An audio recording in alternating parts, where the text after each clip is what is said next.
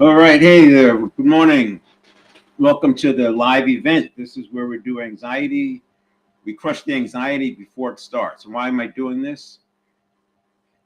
Just because I've noticed more and more people talking about anxiety.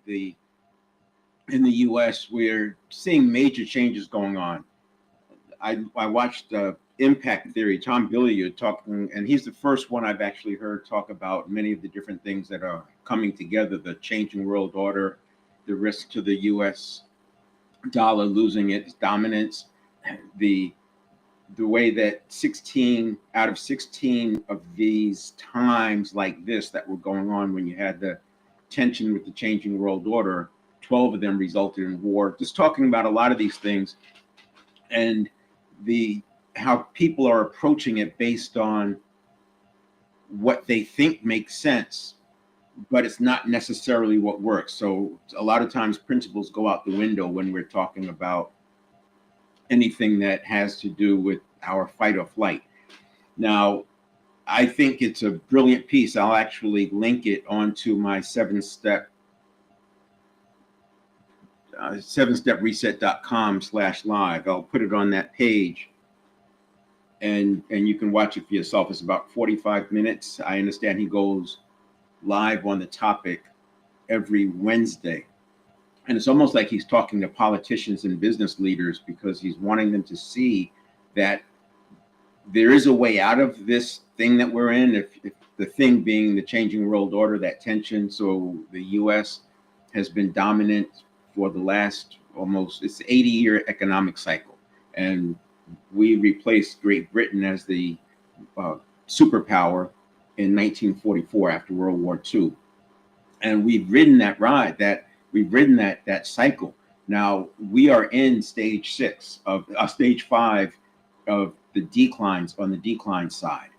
And this has probably been going on for a few years now that we've been in stage 5, and stage 6 is next. And that's when you have all the unrest and the volatility.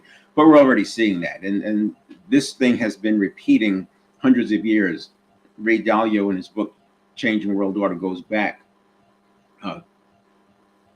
thousands of years, showing how this originally he was able to study it in China because of the dynasties, but then it was the Ottoman Empire giving way to Great Britain, and then the Great Britain giving way to the United States, and now China is the one that's rising, and the U.S. is the one that's declining. And it doesn't have to go in the way that the momentum is going, but you can't just do anything willy-nilly and come out of it. There's several steps that should be taken, and we need to be looking at it principle based. And so if you take the macro and down to the micro, because a lot of this is fractal, and we look at what we're doing ourselves, we're not at our best when we're operating on a fight or flight. Fight or flight tends to put us into what worked before. And if you ever watch a person who has a phobia, essentially what you're seeing is fight or flight on steroids, because they're acting out what they think will make them survive. And whatever the thing is, if it's a spider, their reaction is way overdone based on the spider. But because the fight or flight, it's seeing it as this life or death situation, because that's how it was locked into their nervous system. So when you're looking at that, you can see the distinction between what a person does, their behaviors, and what they believe. Because if you try to rationalize about it while they're in a phobia, there's no listening. They're just fighting. So the thing is, the reason I'm doing this daily is to help people gain agency over their own situation, so that we are not prone to fight or flight. Hold on a second.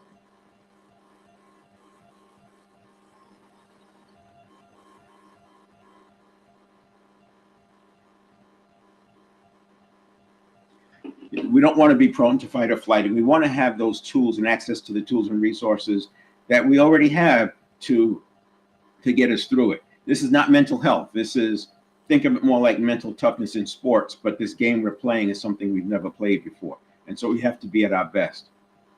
And I use the 7-step reset because while it's designed for transformation, it still focuses the 100 billion neurons and how each neuron interacts with anywhere from 1,000 to 10,000 other neurons. So we have trillions of associations. So the 7-step reset is dealing through the lens of associations, because associations by definition are going to be from the past. Now you can imagine using implementation intentions what you'll do in the future and create associations based on a future event. But generally speaking, the vast majority of our associations are from the past. But if we're going into something new we've never done before, what we did in the past is not going to work. But that doesn't mean we don't have an ability to deal with it, because one of the things we have, that our conscious mind can operate in the realm of infinite possibility. We have our ingenuity to create whatever we want to create. If we can create out of the possibilities, out of the field of possibilities. And this is not law of attraction. This is not manifestation stuff. What I'm wanting to go through here is how these associations work. And when we are in the field of, when we are operating out of our associations versus when we're operating out of our conscious mind, and being able to distinguish those two. And that's the big thing I want you to be able to take away in these sessions, is one, to use the central nervous system in the brain and the conscious mind the way it was designed. And when I say the way it was designed, it's already doing that, but the challenge is it was conditioned based on a model for hunter-gatherers. So if you think about the big operating system that a child is born with, and then it conditions the system so that they can function. Now you can imagine humans grow up in different tribes, different parts of the world in hunter-gatherer days, and this bigger operating system gets them conditioned to what they need for that environment. So from 0 to 7, the majority of the conditioning happens. They're able to get along in the tribe. They know how to hunt. They know how to gather. They know what works, what doesn't work. And as a hunter-gatherer, things didn't change like they change today. So whatever worked from age 0 to 7 is probably still working when they're age 35, how to hunt, gather, tactics, etc. So it made sense that the system is that way. Fast forward 10,000 years, and now look, we've got, with VUCA, the volatility, uncertainty, complexity, and ambiguity, things are changing so rapidly. How do we get ahead of it? And you can't. But what you can do is govern yourself in such a way with the simple, methodical approach that no matter what happens externally, we are able to prevail. And that gets into the Stockdale paradox. Yes, it's hard, but yes, we can prevail. Yes, we will prevail. And that's having those two things exist at the same time is very important. So we want to use the system as designed, but not with the conditioning from when we were 0 to 7. We want to reset the conditioning so that it aligns with what we want to accomplish in our life design. The second thing is I want you to start making distinctions and start being able to see the difference between conscious mind thinking versus the associations, the network of neurons. So I'll use the network of neurons in the way that we have typically talked about the subconscious. So if you go back, even it's still recently, you still hear people call it a subconscious mind. It's not a mind, it's a network of neurons. They thought it was a mind because the energy that goes through the neurons is similar to the energy that comes from thought. So thought is energy, the impulse is going through the network of neurons is energy. So when that signal hits our consciousness, it can feel like the same. But we have to be able to distinguish between the two. They are different, and you can tell the difference when it's coming from the network of neurons versus when it's coming from the conscious mind. So if you're interacting with somebody, you see them getting triggered, you know at that moment, or you watch videos, when you see somebody getting triggered, you know at that moment when the triggering is happening. And you know at the moment when the triggering is happening and it starts cycling up really quickly, there's no longer any opportunity to rationalize with the person. Well, you can see signs of that long before it actually starts happening. And that's what the focus is going to be today. So now if you go to I'll put it in the chat here. Let's see.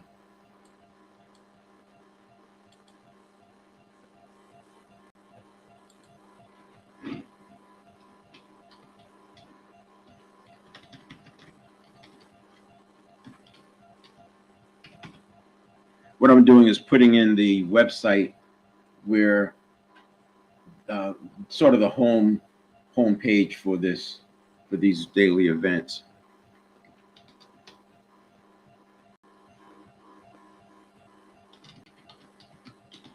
It's 7stepreset.com/live. And I'll put that is in the chat. And I'll also put in there, if you want to join in and have a conversation, you can do that, and we will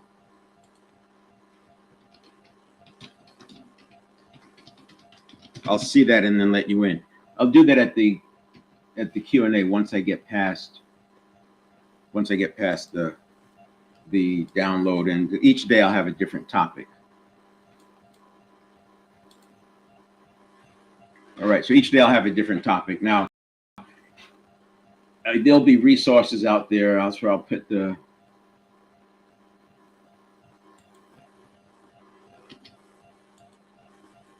why isn't it not taking? There it is. So that's how you could join on stage. Show. All right. All right. Now, there's enough. I'm doing this every day, and every day I focus on the 7-step reset. I do it from a different approach.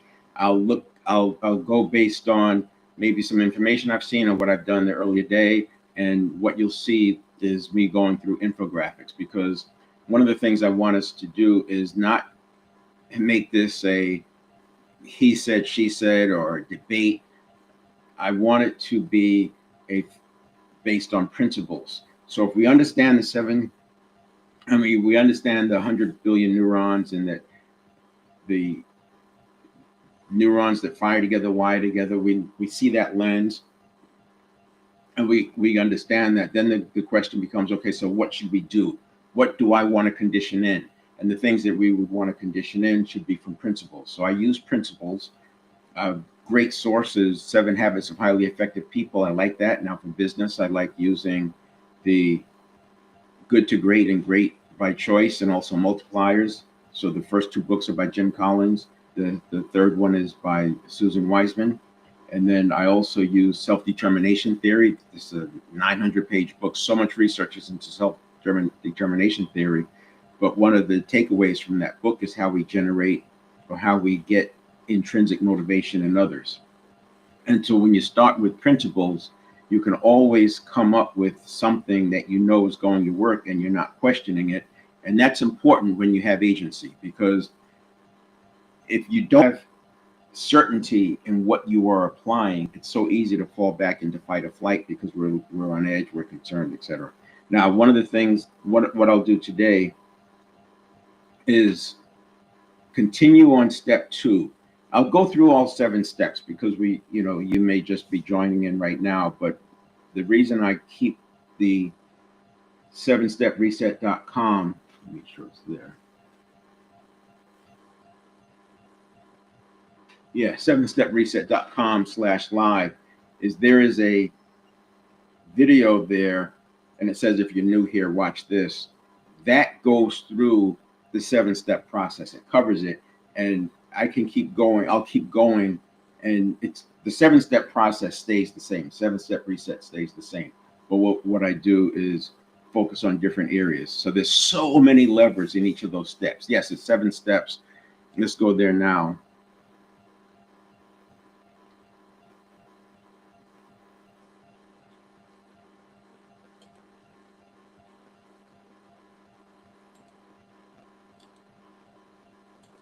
Yeah, there's so many levers, and what I want to do is focus on a few levers at a time, but also create context for why we're focusing on a specific lever.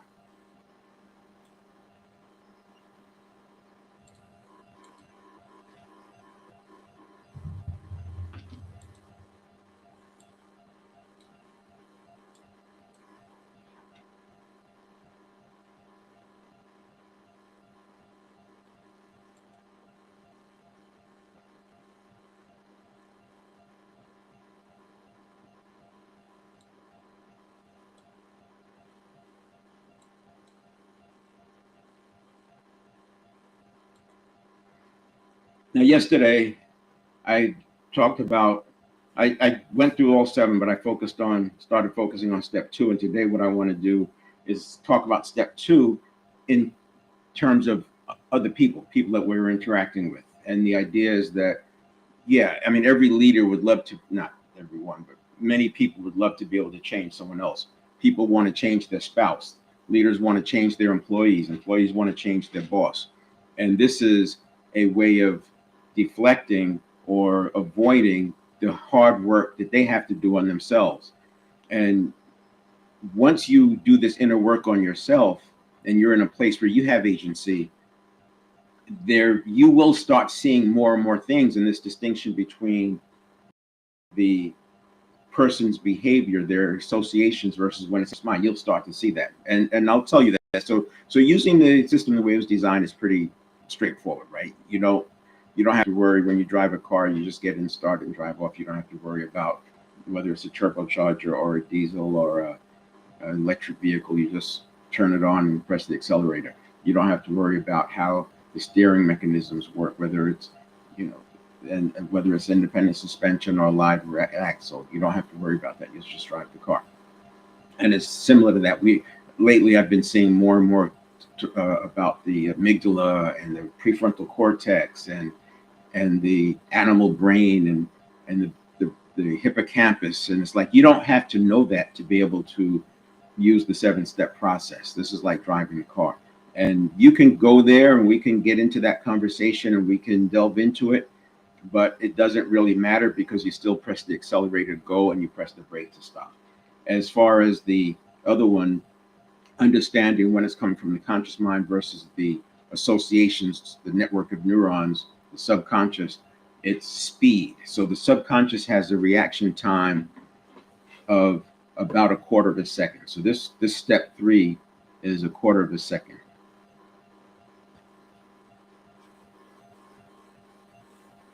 You'll hear me sometimes say 250 milliseconds. So 250 thousandths of a second is what's happening in this step 3 step. That's the conditioned reaction. And then the conscious mind it doesn't come online for another quarter of a second. So the conscious mind, by the time it comes online, 500 milliseconds have passed. And that's one of the ways that you can tell, am I operating right now out of the conscious or am I operating out of the network of neurons? Because if you're operating out of the network of neurons, then it's going to be much faster and it's quicker. So the network of neurons, step 3, the conditioning, the network of neurons is processing at 11 million bits per second. The conscious mind processes at only 50 bits per second. So that speed differential is one way that you can tell when it's coming out of the associations versus when it's coming out of the conscious mind. And obviously, if we have agency or we're wanting to have agency, then it's important for us to be operating out of our conscious mind.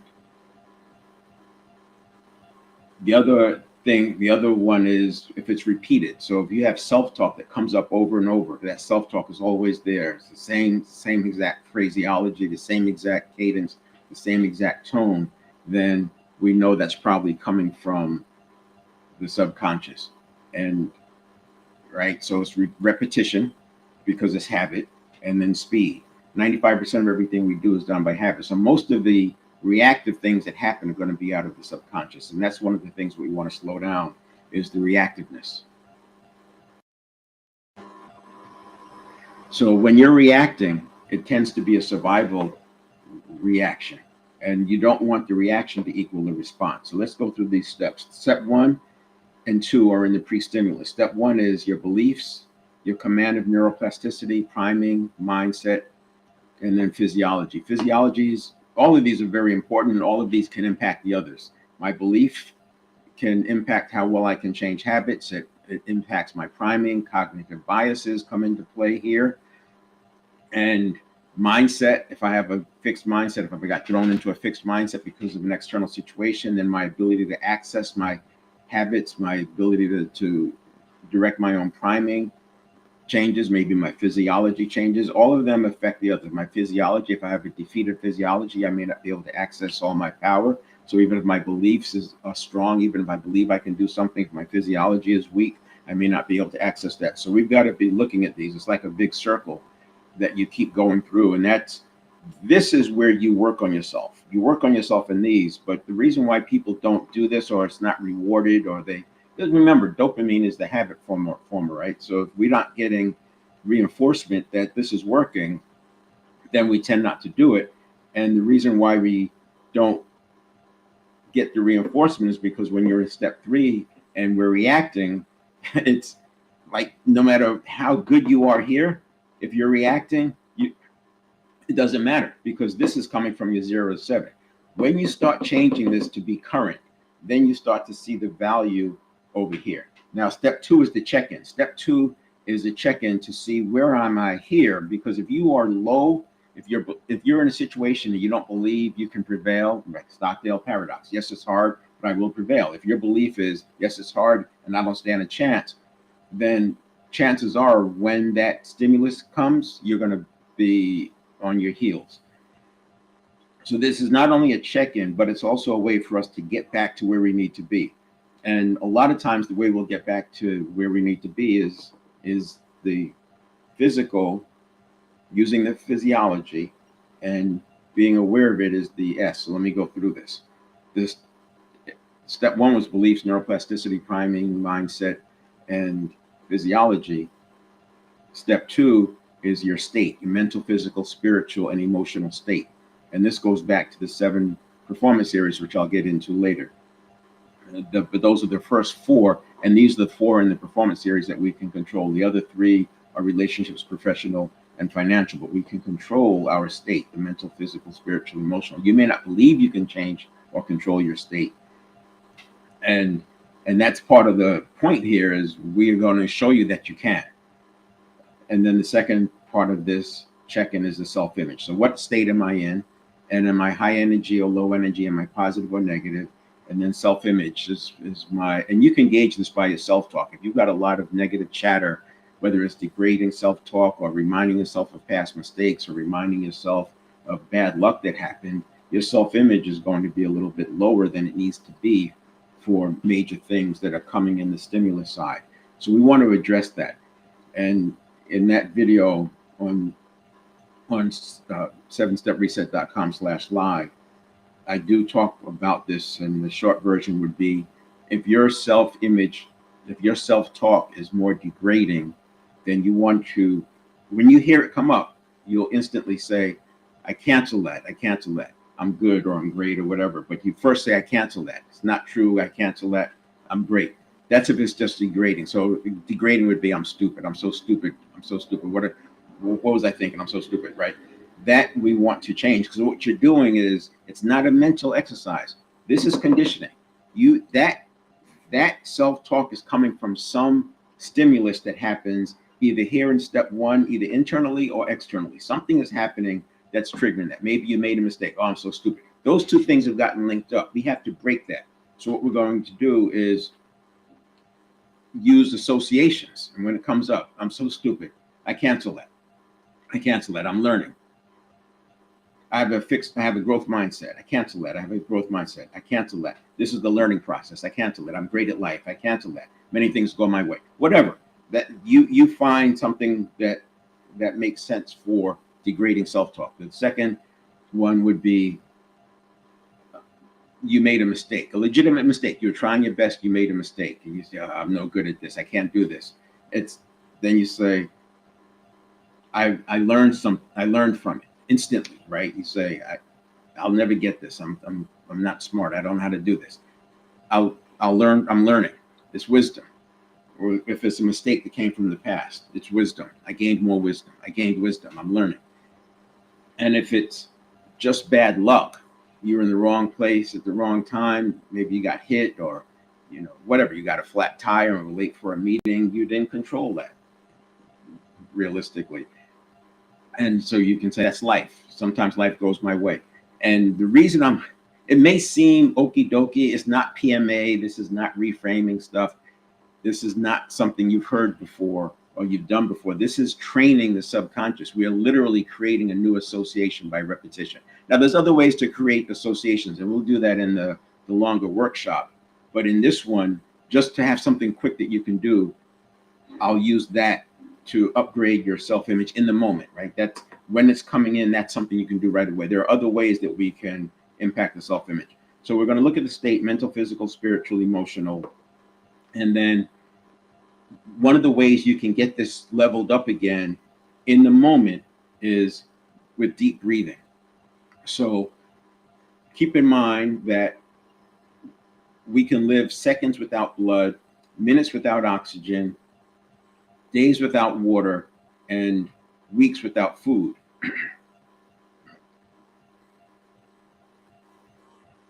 Breathing is present in virtually every major Eastern art or in health improvement type discipline. You always have breathing because breath is so important, and breath cleanses the blood, and the blood is how you get nutrients to the brain. So the blood and breathing, in my mind, go together. And you can, I mean, I can go on and on. If you read any books on breathing, you'll see there's so many benefits, whether it's catching stopping a cold before it catches, so that you first feel it tickling in your throat. Deep breathing exercises, it cleanses the blood, because that cold is a symptomatic of some imbalance, and the breathing puts it back in there. You want to get back on track. If you're a little bit hyper, breathing. When you're stressed, your breathing is shallow and quick, you can slow it down. So I actually do a breathing ritual: 13 count inhales, 13 count exhales for 10 minutes. I do that every morning while I'm hydrating. So those are the two things. I'm getting my hydration from my brain. I'm getting my breathing. And it's not just getting the oxygen in my system for that moment. It's the anchor. So now during the day, if I feel that any kind of tension coming in, I can take a long, deep breath, and that will slow my system down, because it works both ways. If a person gets anxious or stressed, their breathing gets shallow and quick. If a person slows their breathing down and makes it deeper, the anxiety will reside or subside. And that's one of the quickest ways. The other one I would talk about in here is the S, the spiritual awareness of awareness. You have to be aware of what's going on, and that breathing is a way to become aware. So you can just take a deep breath. In fact, during the day, just box breathing. 4 counts in, hold for 4 counts, 4 counts out, hold that for 4 counts, 4 counts in. And that box breathing gives you a chance to check in with your awareness and see where you are. Now, I talk about awareness. There's many times where people are aware that they're doing something that they said they wouldn't do, and they're aware that they're doing the thing that they said they wouldn't do. So they're aware that they are aware, and they're still not taking action. One of the things we have to build a habit of is make sure that we are consciously choosing to keep doing the thing. Once we're aware that we're aware, we have to, if you want to consciously do that, then consciously do that, but make it a conscious choice. And that's to start taking some of that back. So if you're doom scrolling and you're saying, I know I said I was going to stop at 9 o'clock, and you're still doom scrolling, it's 9:30. If you're aware of that, then stop. Just stop it. Get into the habit of responding to the awareness, because the awareness is who you are. The awareness is your goals. It's from your goals, your visions, your life design. The associations are from the past. It's the habitual, and that's step 3. So step 3 is the stimulus comes in, and then we have a survival reaction that comes from ages 0 to 7, generally speaking. So from 0 to 2, we're in the theta state, and then from 3 to 7, we're in the alpha state. So we learn without trying, and that goes in as habits. It's not conscious, it's associations, it's habitual. It gets locked in later on as our prefrontal cortex forms with this extra additional 20 billion neurons. That makes up the 100 billion. So essentially we get to age 20 with 20 billion neurons not really being fully developed, and they develop during our 20s, and that locks in our conditioning. I'd say that's how we set up our model of the world. And then after that, you hit 30, 35, and everything you do is done by habit, but it's habits based on ages 0 to 7.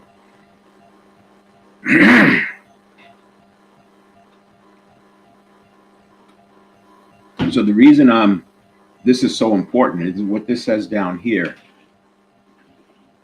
is that we make 33,000 decisions a day. and it's well over 100,000 stimulus response cycles for the average person, because each of these decisions can have several stimulus response cycles. If you look up how many micro stimulus response cycles are there in a second, you'll see something like 2 or 3, and we're awake about 65,000 seconds a day. So if you just look at those numbers, you'll see that, wow, we're making a decision every other second. Well, those aren't conscious decisions, right? You don't remember making 33,000 decisions yesterday. But if you look at it in the context of 95% of everything you do is done by habit, then you see, oh yeah, well, I guess that makes sense. I made about 1,000 decisions yesterday. That's your 5% or so, 1,500 decisions. And this happens over and over. And the last step here is 7, mindfulness. So this is the idea. So this is pre-stimulus. This is the conditioning. This is pre-stimulus. This is conditioning. And this is the response side. And we keep doing this over and over and over 33,000 times. So your response over here is setting you up for your reactions over here. Response to reactions. Your response, it influences the stimulus reaction cycle. So you just keep going around and around. So it makes sense to be able to, one, get back to mindfulness, but also break the chain.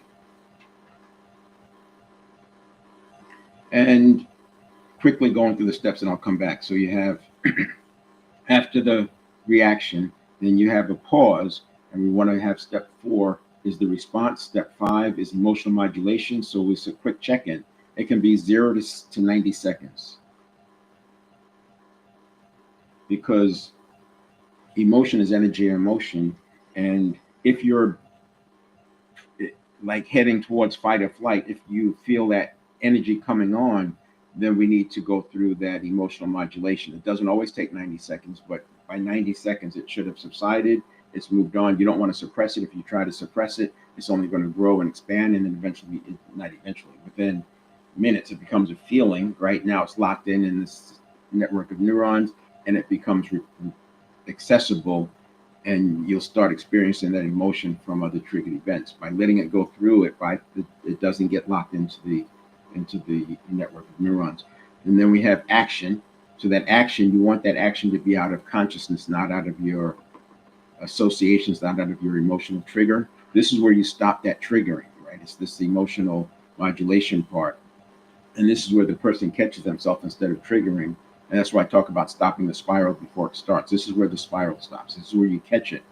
The second choice, you prevent it here, you stop it here. And then after the action, we then go to mindfulness.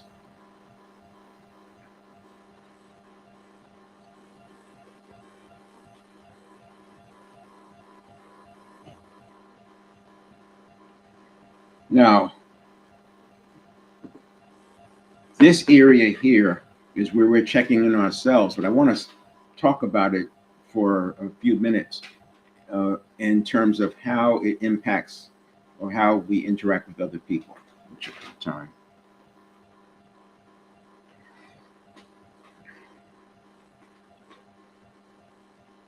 If you can spot when a person is on the way to being triggered, when you can spot when they're getting into the early stages of fight or flight, when the norepinephrine starts to come in, the cortisol starts to build, you can see that.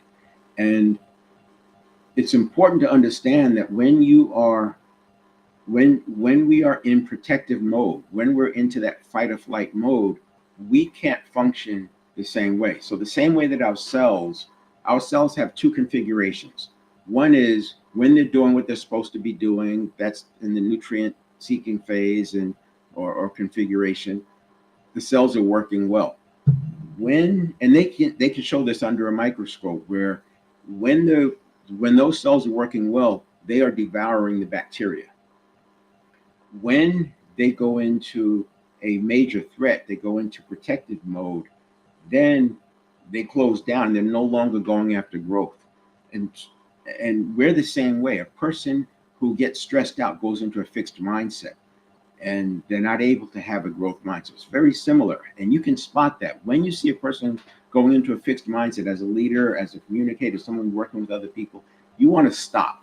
You want to check in, give them a chance to get some psychological air, give them a chance to breathe. Now, we see this early, but because we tend to think that people are in charge of their consciousness or their moment to moment behavior, we plow through thinking that it's a choice that they're making. Yet we understand that 95% of everything we do is done by habit. So if you're going to ask, why do I do this every day? Why do I say the same thing every day? People think that they have it, they got this, I don't need that. But yeah, but then if you look at the behavior, it's still the same. We're still treating our situations as though people have full agency over every action, but yet we know that it's 95% is by habit. So what we want to do is intervene, and you can do that by just backing off. If you're making a sale, if you're working on a presentation and you see the person getting a little distracted, pull back. Don't plow through the presentation. It's going to probably be the problem later on in that meeting. So what you do is you back off and say, I just want to check in with you. So how's this landing for you? What's coming up for you right now? Just ask those kinds of questions and give the a person to express what's going on and take a step backwards so that you can keep moving forward. If you plow through, you're heading for that fight or flight, chances are. When you're interacting with employees, when an employee is interacting with their boss, you see that happening. You say, you know what, let me go back and get some more information. I realize I don't have everything. As something I want to check on, I'll come back. That gives them a chance to like regroup and get set. And then now their mental model has already started adjusting because they realize that there's something that they hadn't thought about. Unfamiliarity triggers fight or flight. If they feel like and when you present them with something that's new, that's unfamiliar, it's very easy for them to fall into that fight or flight. By backing off, you give them a chance to kind of reset. And you can do a lot here in this prevention, because once they get triggered, once they're into survival reaction, remember the subconscious, the network of neurons processes at 11 million bits per second, neurons that fire together, wire together. So that anxiety ball is like a snowball rolling downhill. It starts picking up speed and size, and it just gets so big. Here, it's a snowball. Here, it's a snowball rolling down the hill, and a quarter of a second is so quick that once it starts rolling downhill, you can't catch it. And now you're dealing with something that's massive, whereas you could have stopped it here. And this is where you give them the psychological ear, you give them the space.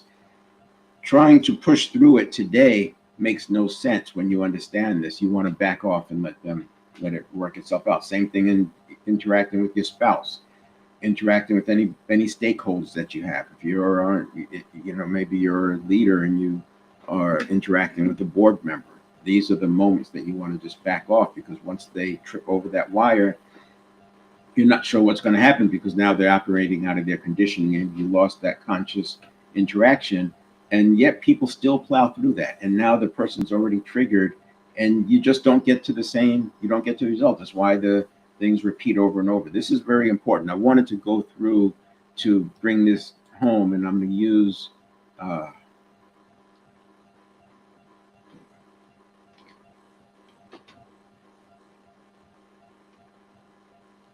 to use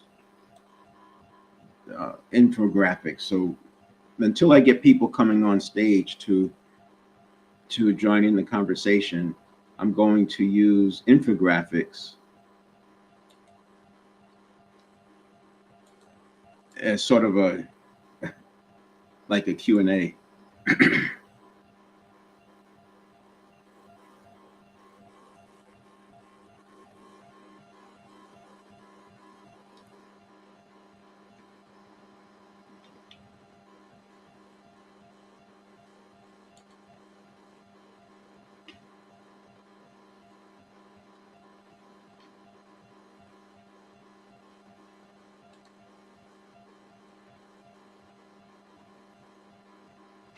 All right, now this is Jeff Bezos's, and let me see where I got this from. This is from Nathan Mohart.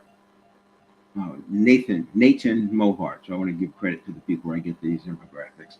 Back in August, I started collecting infographics, and it was so funny because the algorithm started feeding me more infographics. I very quickly got up to over 400 of them. I turned it into a video where you can literally watch the infographics and pick one and then just look at it. So, and what I was doing is wanting to see if they will start repeating, because there's only so many ways to do a thing. But because this is artificial intelligence, probably generating many of these, you can imagine that it's just coming up with different ways of saying it. Like you may see this a similar one, but the rules will be slightly different in terms of their wording, or maybe the sequence is different.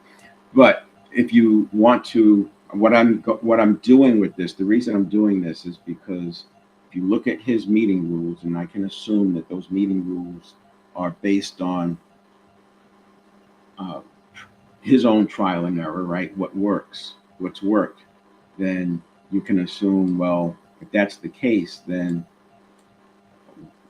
it's what I call near principle.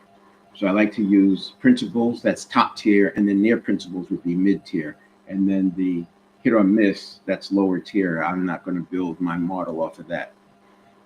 His two pizza rule: limit attendees to those who can be fed with two pizzas. Smaller groups, and this it makes sense. So if you're the running the meeting, by having a small enough group, you can see what's going on here. Let me pull this up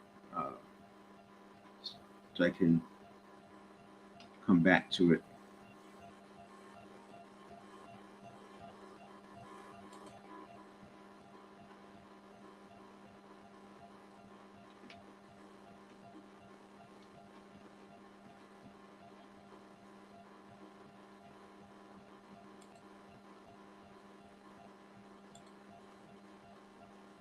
All right, so you can see there's that same diagram as I talk about it. Yeah, so we want to be able to gauge where people are. This is that state, that check-in, right? Where are people here? Are they stressed? And you can't do that if you're in a much larger group. Plus, people can, I don't want to say hide, but they can get lost and start doing other things. It says it improves communication. It increases accountability in small teams. You can have those one-on-one conversations. You can make sure you're engaging with their conscious mind. If it's a big group, you're just interacting with associations potentially, and people aren't really buying in. There's no engagement at the conscious level. You want conscious level engagement. The next one: no PowerPoints. Always use narrative memos. So PowerPoints kind of put people to sleep. They go into low cognitive mode. We want to keep people in high cognitive mode. This is why stories work so well, because it activates more of the conscious thinking. But it says it forces clear thinking in depth, exposes flaws hidden in bullet points, and avoids oversimplification of complex ideas. It's one of the reasons why I write and why I draw on these pads, and as opposed to using slides, because it's more dynamic. Now, I created this drawing that we're looking at today. I created this yesterday. Tomorrow, I'll start building out the response side. But I wanted to take this pause here because it's sometimes easier to see what's going on in this step 2 in other people than it is in ourselves. But once you see the 2, we both have it. And if we rise up, if our internal rises up, it can trigger the other person. You know, a lot of times our anxiety or person's anxiety triggers fear in the other person, and that fear then it's reciprocal, and it scales up. Very, very important to understand that.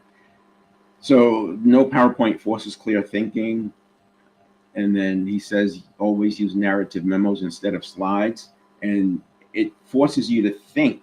And one thing that it does is it moves us into the future. So all of this, the thing that's consistent is that I want to move us out of the network of neurons and into conscious thinking.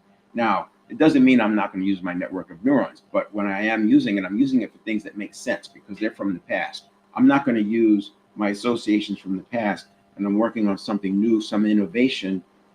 What worked in the past is not going to be what's right now, especially in today's world, as volatile as it is. And then it avoid simplification of complex ideas. One of the things I run into when I have this conversation with people is they're very quick to label it, to make it make sense as to something that they've had before. And as soon as they make it equal something that they understood before, it loses its power. So this is why I go over it over and over again. I give different examples, because You have to break through that. So in other words, the associations, the network of neurons wants to make it simple and wants to understand it. And that's what it ends up doing. Next thing, you're back to not being able to get it done. This is why people say, I've tried everything. Well, they really haven't tried everything. They've tried the same thing over and over and over. The next one, start with silence. This is I think 20 minutes is a long time, but obviously it works. Look at Amazon. But he does it. He gives the memo out in the meeting. This is great because it's like priming. So now you have your priming going on. You do this.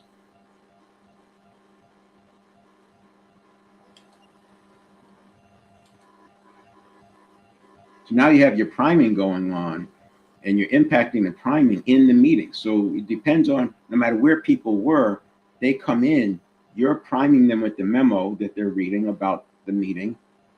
And then that's putting them into you're tapping into the spiritual awareness part of it.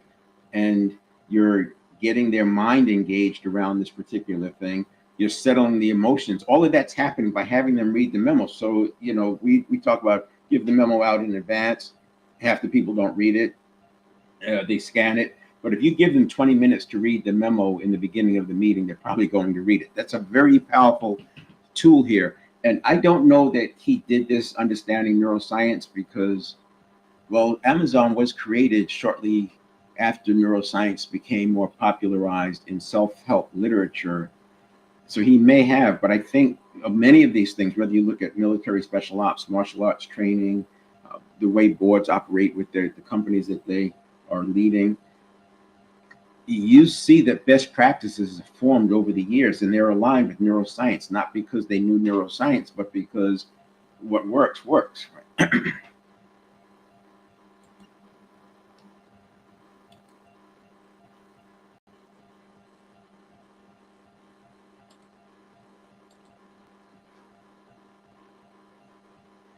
And then we have leave an empty chair. I like this. This is sort of anchoring. One of the things I did talk about breathing. I said that by having that long, slow breath during the day, I can just take a long breath and I instantly anchor back to that calm state that I had in the morning. So just take that breath. Something goes wrong. It happens sometimes here at doing these live events. There's always some technical thing that goes wrong.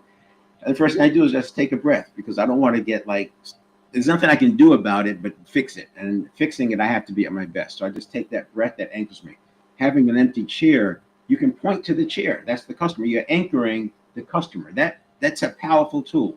So he has one seat represents the customer in every meeting, keeps users' needs in front and center. And if you ever worked on Amazon on the selling side, if you've sold on Amazon, you can see they're very focused on the customer. It prevents internal bias and it drives customer. So this is, I'm doing this to bring the network of neurons to life. So it's not just some nebulous thing out there. I'm showing you that these infographics were built based on how neuroscience works.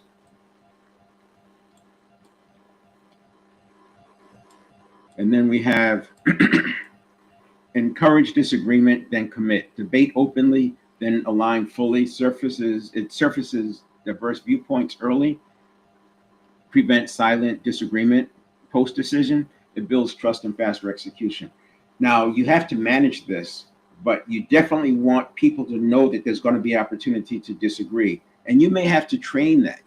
May have to train that with your team so that they recognize there's no repercussions. Because initially, when you do stuff like this, people are going to be they'll be guarded because it's come back to bite them. But you have to have that open agreement. One of the things I say, like if you want to come on and co-present on this topic, I'll tell you the way we approach this is if we come up with an area that we don't agree on, then I'm going to, if you disagree with me, I will disagree with me until we figure out who's missing information. And I invite them to have that same approach because we don't want to get into this ad hominem attacks just because there's a disagreement. You see this on social media every time. The person challenges something, next thing you know, they're attacking their character. They don't even know them, but it's just their reaction. So we want to make sure that we're stepping into this place of, if you disagree with me and I respect your opinion, then I have to disagree with me. And now we can come at this from figuring out who's missing information. And usually what you'll find is it's just more distinctions, more distinctions, more distinctions. You have the general rule and then you have some exceptions. And a lot of times what we're arguing about is a person's using an exception and another person's talking about the general rule. So encourage that disagreement and then commit after the conversation is had, because people would rather have you hear what they have to say than to have you do what they want you to do. And that gives them a step to do that. This is like the step 5 in 7 Habits of Highly Effective People. Seek first to understand before being understood.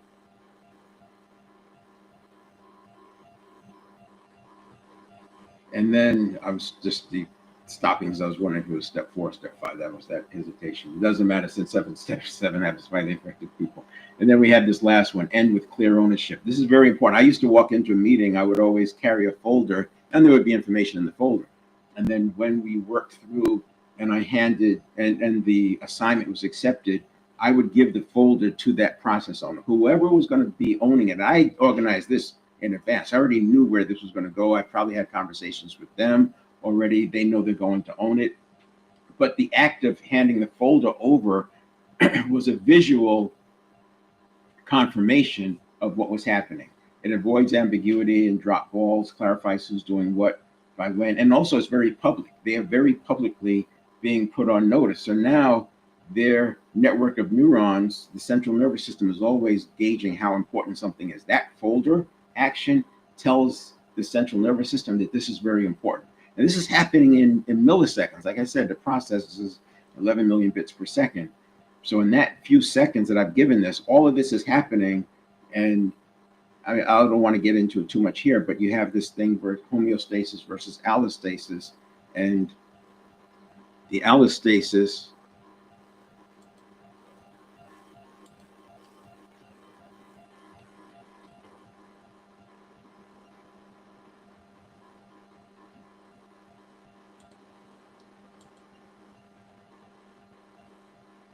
So you have this thing, homeostasis. Homeostasis is getting back to status quo. Allostasis is this upward trajectory. So if you think about working out, people work out and hit plateaus. And those plateaus is really the body becoming super efficient. The body's always working on becoming super efficient. And that's where you get that status quo. And that's why people who lift and compete, they're always changing up their routines because they say you got to keep the body guessing. What they're doing is they're communicating to the central nervous system that more demand is coming. The central nervous system floods the environment, internal environment with excess neurotransmitter, which is important for a strong signal. And then the body starts looking at making that more efficient, and then it's peeling away some of that neurotransmitter so it can be efficient, because neurotransmitter is very demanding in terms of energy, and the brain wants to conserve energy. The brain uses like fully a quarter of our resting metabolism. I'm sorry, a quarter of our resting metabolism is all going to the brain. So the brain is using a lot of that. And that's what happens in this kind of a setting. So as you hand that folder, as you talk about the accountability, they're instantly getting, you can even feel it sometimes when you've taken on a certain responsibility. You can almost, not that you're feeling the system flow with neurotransmitters, but you can feel that internal, something happens inside of you. And then by making it very public, now you, as a leader, what you want to do is make sure that you're having the check-ins each time and start that upward trajectory. So that's another conversation. I do more of that on the physical side when we're going through the 7 performance areas: mental, physical, spiritual, emotional, and then relationship, professional, and financial.